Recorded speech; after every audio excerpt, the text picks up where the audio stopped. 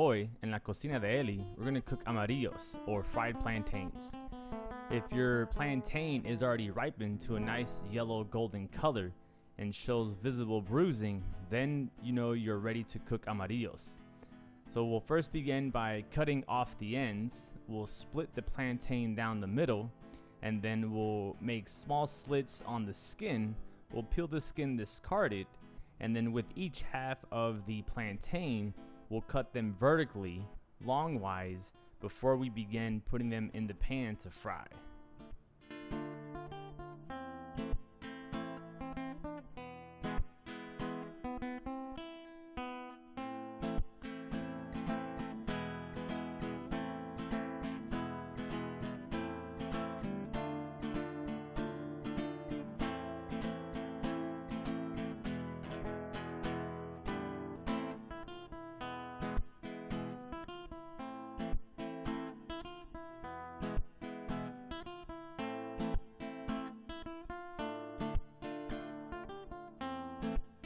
When you bring your pan up to temperature, nice and hot, mine's on 8 out of 10, you want to go ahead and put your desired oil, cooking oil, whether it's vegetable, coconut, avocado, or other, and you'll already start to see that the oil is reacting to the heat of the pan.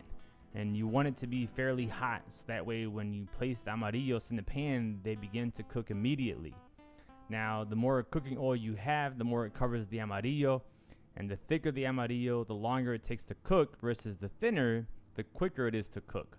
So when you make your cuts, just watch the thickness, as if you have different thicknesses in the pan, they'll cook a little bit differently, and you don't want one to burn while you're waiting for the other.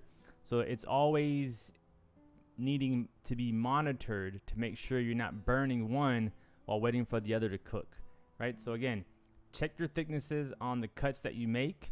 Let the pan get nice and hot. Put your desired cooking oil, whatever that is. Put plenty of it so it does cover the amarillo and allow it to cook a lot faster. But always monitor them, because if not, they will burn, and that's not the intent. These are yellow fried plantains, so they're really intending to be nice and sweet.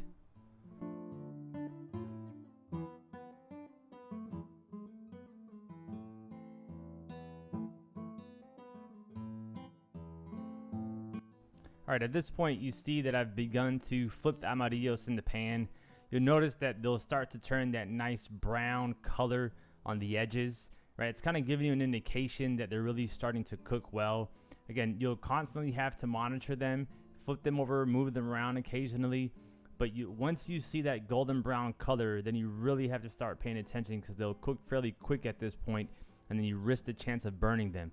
So watch them, turn that golden brown, flip them.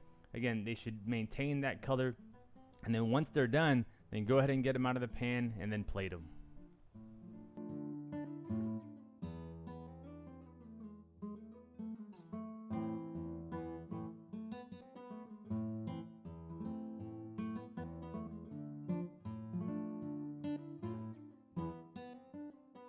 Alright, so once your amarillos are all done, you might be wondering, what do I plate them with? What do I eat them with?